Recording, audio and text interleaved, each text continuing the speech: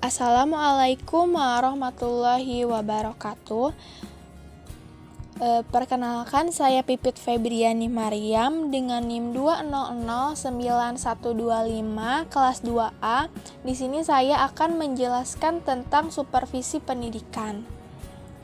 Dalam organisasi pendidikan, istilah supervisi sudah lama dikenal dan dibicarakan.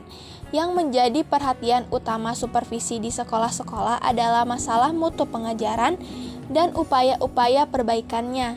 Istilah supervisi mengacu kepada misi utama organisasi pendidikan, dalam hal ini sistem sekolah, yaitu kegiatan yang ditunjukkan untuk memperbaiki dan meningkatkan mutu akademik. Dengan kata lain, supervisi pendidikan adalah kegiatan yang berurusan dengan perbaikan dan peningkatan proses dan hasil pembelajaran. Di sini saya akan menjelaskan tentang konsep dasarnya. Yang pertama ada konsep supervisi pendidikan, yang kedua ada sasaran supervisi pendidikan, yang ketiga fungsi-fungsi supervisi pendidikan, yang keempat azas-azas supervisi pendidikan, yang kelima peranan pengawas, yang keenam perilaku pengawas, yang ketujuh teknik-teknik supervisi pendidikan, yang kedelapan program supervisi pendidikan, dan yang kesembilan penilaian program supervisi pendidikan. Bahasan yang pertama yaitu konsep supervisi pendidikan. Konsep supervisi pendidikan atau supervisi pengajaran dalam literatur mutakhir pada dasarnya masih sejalan dengan konsep-konsep yang telah dibicarakan dalam literatur yang mendahuluinya. Supervisi pendidikan dipandang sebagai kegiatan yang ditunjukkan untuk memperbaiki dan meningkatkan mutu proses dan hasil pembelajaran. Dalam konteks profesi pendidikan, khususnya profesi mengajar, mutu pembelajaran merupakan refleksi dari kemampuan profesi guru.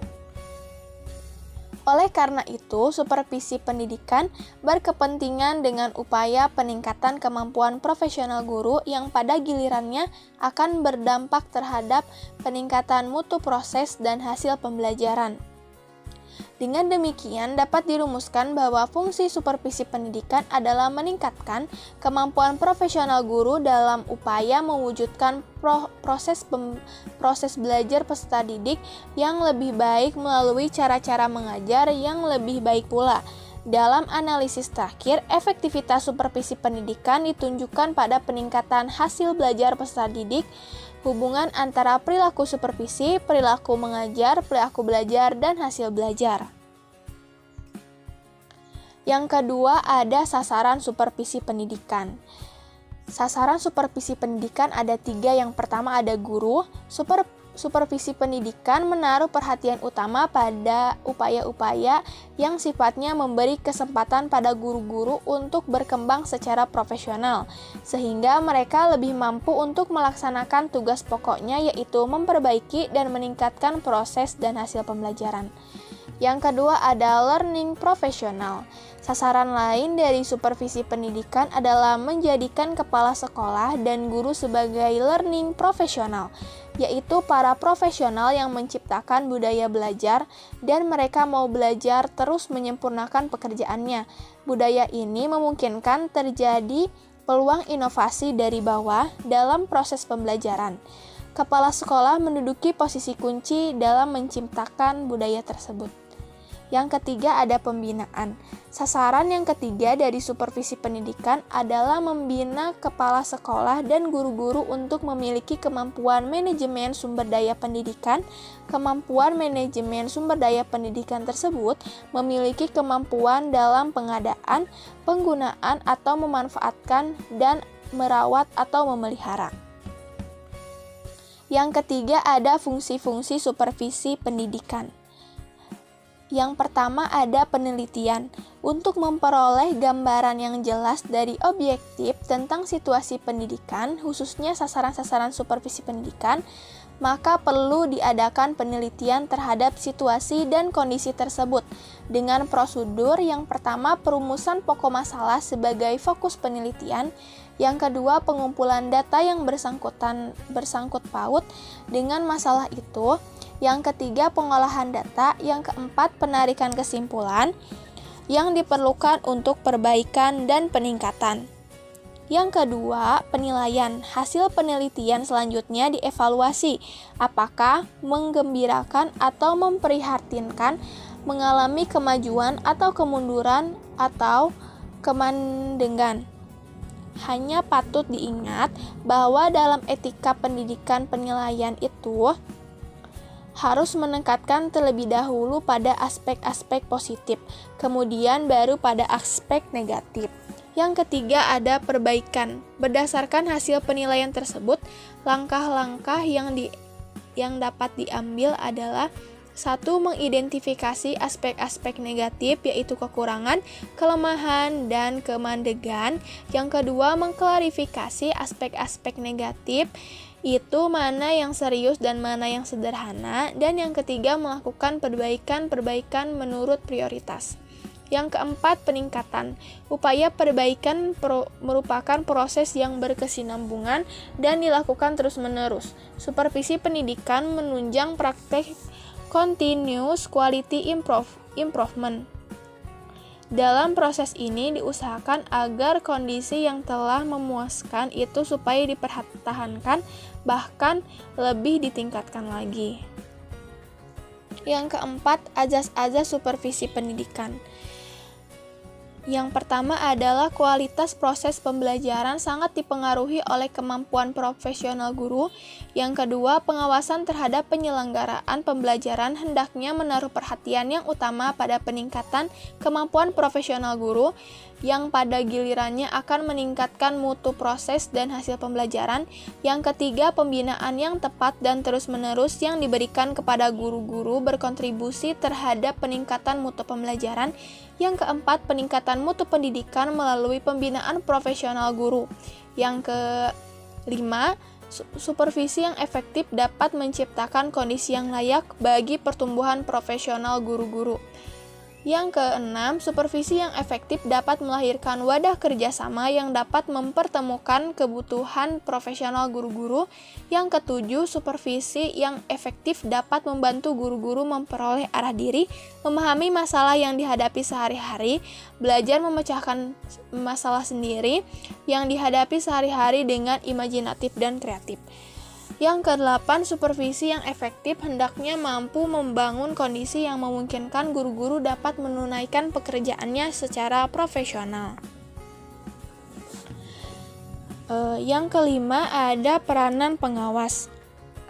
Pembinaan profesional dilakukan karena satu alasan, yaitu memberdayakan akuntabilitas profesional guru yang pada gilirannya meningkatkan mutu proses dan hasil pembelajaran. Untuk maksud tersebut, para pengawas hendaknya melakukan peranan sebagai berikut. Yang pertama, peneliti, yang kedua, konsultan, yang ketiga, fasilitator, yang keempat, motivator, dan yang kelima, pelopor pembaruan. Yang keenam, ada perilaku pengawas.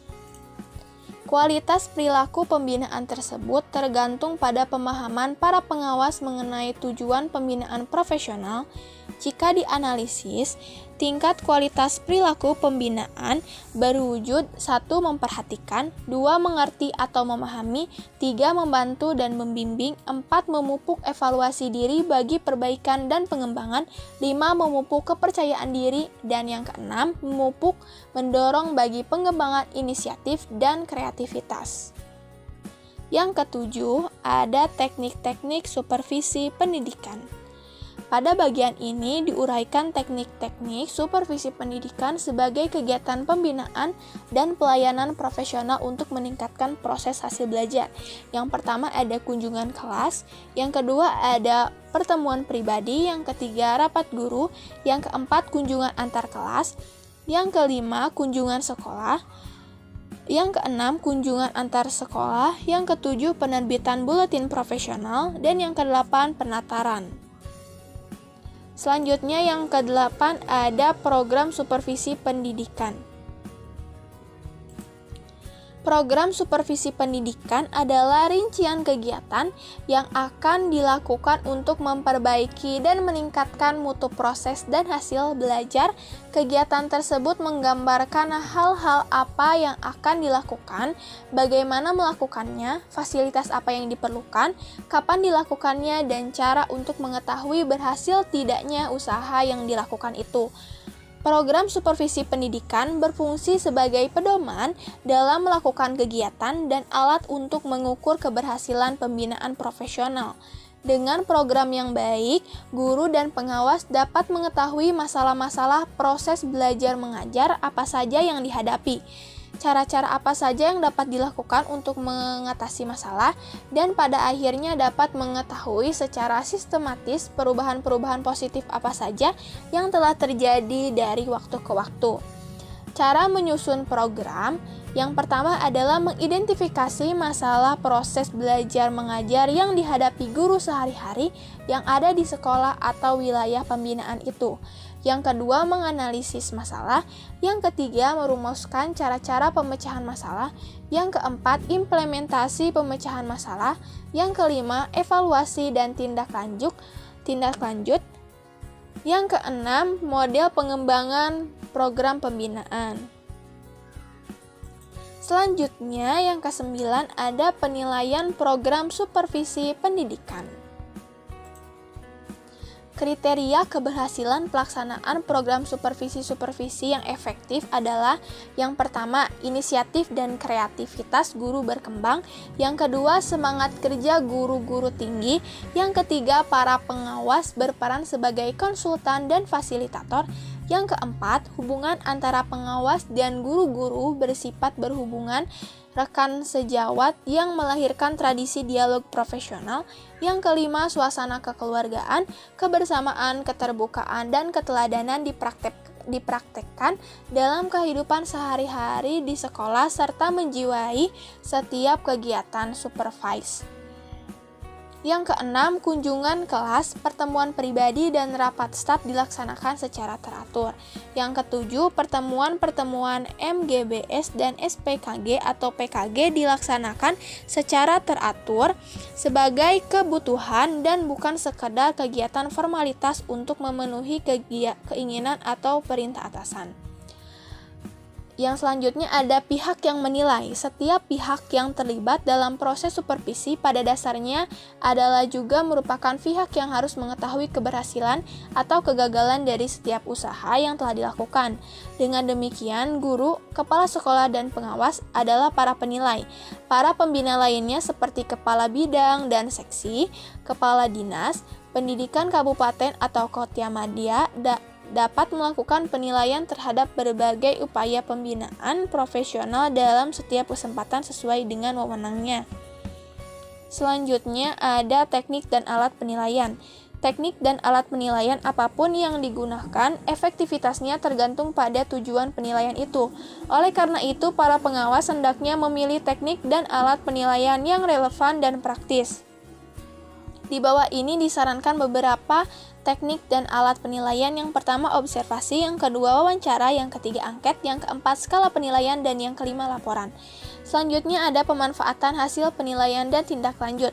Bertitik tolak dari hal-hal yang positif, keberhasilan yang dicapai, dan kelemahan yang ditemukan dalam proses belajar mengajar di kelas. Pengawas dapat menyusun langkah-langkah kebijaksanaan. Selanjutnya, hal-hal yang positif perlu disampaikan terlebih dahulu kepada guru agar bisa dikembangkan lebih lanjut. Kelemahan atau kekurangan tersebut didiskusikan bersama guru untuk mencari jawaban keluarnya. Untuk menghimpun hasil-hasil pembinaan yang telah dicapai, sebaiknya dibuatkan suatu sistem pendataan yang merupakan sumber informasi yang bermanfaat bagi perbaikan program pengajaran di sekolah. Nah, sekian yang dapat saya sampaikan. Mohon maaf jika ada salah-salah kata. Wassalamualaikum warahmatullahi wabarakatuh.